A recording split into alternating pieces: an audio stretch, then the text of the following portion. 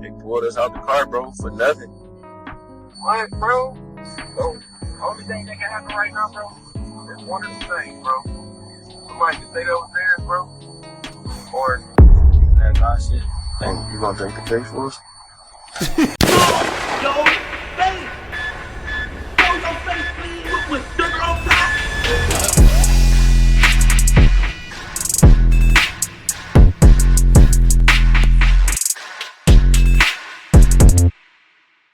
Man, oh man. Alright, now I had to react to this, y'all, because this video right here is hilarious. From the fact that this man thought it was a smart idea to call someone while in the back of a police car, then talk spicy and incriminate himself while he's incriminating the other person in a police car, knowing they're being recorded, but then proceeds to ask his co-defendant to take the charge for a certain amount of money, all while being in the back of a police car.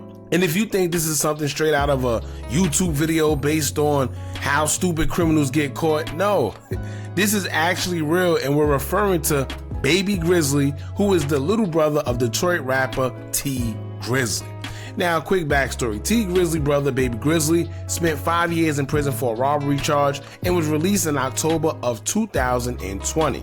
Everyone was happy to see him, as he just did a 5-year stretch, as T Grizzly would welcome his brother back into society with some money, a car, and all the proper tools to get him back on his feet, as he was even seen doing features and rapping with him.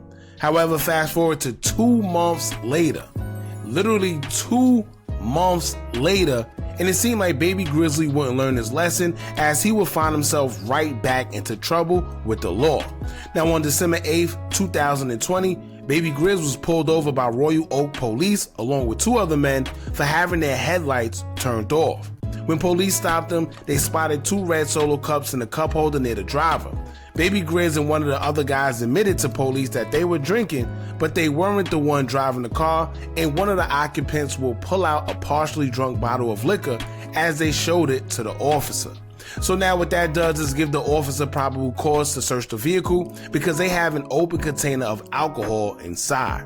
When police officers searched the vehicle, they found 2 fully loaded semi-automatic pistols on the floorboard where Baby Grizz was sitting, and then found 2 more where another occupant in the car was sitting. So altogether, that's 4 semi-automatic weapons in the car, where these guys not only had their headlights turned off, but also 2 red Solo cups visible to police. Now, other reports say they found marijuana too, but I doubt it was any amount to really convict them or take serious, because it hasn't been mentioned. Baby Grizz was charged with the firearms according to reports, and would face 10 years, although he only ended up receiving 4 and has since been released. Now, in the article explaining the situation, they mentioned that Baby Grizz was caught by surveillance in back of the police vehicle, trying to coerce his co-defendant to take the case for him, being that he was on parole. He even called T Grizzly his brother on the phone while he was in the back of the car, and spoke freely while being recorded. And everything came up when it was time to convict him. But the fact that he thought it would be a good idea to make the phone call and further incriminate not just himself, but his brother in the process, that's just crazy to me, man. Anyway, the surveillance of the ordeal have surfaced on social media. And let me tell y'all right now, it's hilarious. So we're going to get straight into it, but before we do, make sure you hit that thumbs up button so we can get this video into the algorithm. And if you're not subscribed to the platform already, make sure you do so now. Let's get into it. You got your phone? Yeah. Call T, bro. Crazy. Bro, we in the back of the police car right now, bro. They found everything in there. What? See, right then and there, right? I ain't gonna lie. Once he would have said, yo, we in the back of the police car, I would have clicked the phone. As soon as he would have said, yo, we in the back of the police car right now, why are you calling me? Especially in the back of the police car. Anybody that have any sense of police cars know, 1, you're being recorded, and 2, they can see the surveillance, right? So you're not only incriminating yourself, but whoever you're calling saying, quote, they found everything, you're basically admitting that you know what you had in the car. And I mean, how can your lawyer properly defend you when you're sitting right there saying they found everything? They pulled us out the car, bro, for nothing. What, bro? So, only thing that can happen right now, bro, is one of the things, bro. Somebody can stay upstairs, bro, or and they let the other two go, or they just, I don't know. See, he know exactly. So 9 times out of 10, what he was doing was letting it be known. Listen, whoever's listening or anything, know that y'all got to take that case for Babe Bro. That's what it really was. But at the end of the day, they like, well, listen. According to reports, they say somebody else that was in the car was also on parole. So here's the thing that's going on. This is why they put themselves in a bad situation. He sat there and said, oh, they pulled us over for nothing. Clearly, they didn't pull you out the car for nothing. Y'all had 2 red Solo cups, admitting to drinking, and somebody pulled out the half-drunk bottle. So that's probable cause to search a car because, of course, you're not supposed to be drinking and driving, right? But then the other part is, once they run y'all name and see that y'all on parole, it looks like it was dark outside. And from my understanding, if you're on parole, you're not supposed to be out the house at a certain time. I know for us, where I'm at, it's 9 o'clock. It really differs, but a lot of times, if you're on parole and it's nighttime, they're going to take you out the car regardless because they see that you're on parole and you may be violating your curfew. So, yeah. They gonna hit some PO up about that if you go in, bro. I was in here just talking to Craig about that. Cause it was just me, Nolo, and Craig. You know me and Nolo on parole and shit. Yeah, bro. So Somebody Nolo. might have to stay up there, so they gonna let us, you know. That's the only thing that can happen, bro. And we just say, I'll take care of the rest. And you gonna take the case for us? Yeah. First of all, look at his face. Look at his face. He got a straight face talking about, you want to take this case for us? See, some people just don't think. At the end of the day, right, possession is 9/10 of the law. So if he wasn't nowhere near those firearms, because I don't know if he was or if he wasn't, but if he wasn't nowhere near them, they said it was on the baby Grizz seat and another guy's seat. So if he wasn't nowhere near them, that's not really going to fly because they're going to say, well, why it was under y'all seat? Oh, he really sat there with a straight face and asked his man, you gonna take this for us? Look at his face. Look who he asking. Look who he's asking. He don't even look like he did.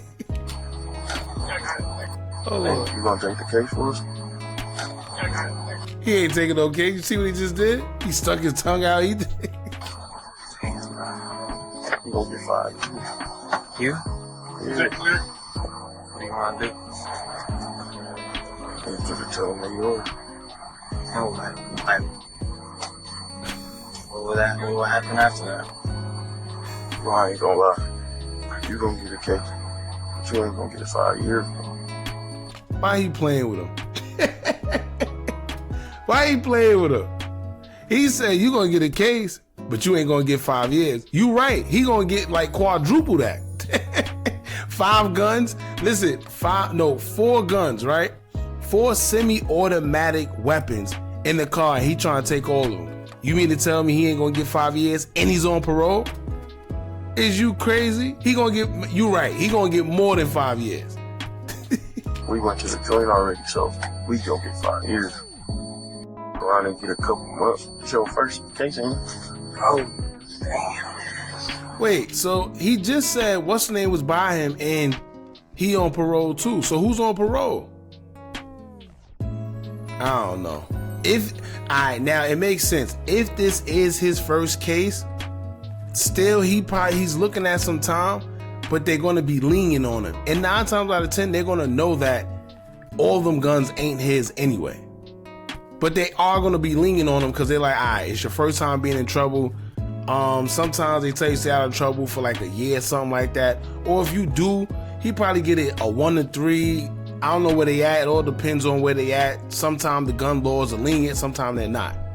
But if it's his first case, yeah, he ain't gonna do too much.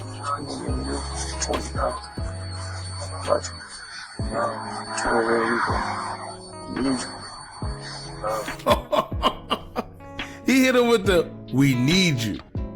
Ain't no way in hell, but we need you. No, you need me. I need me. My family need me.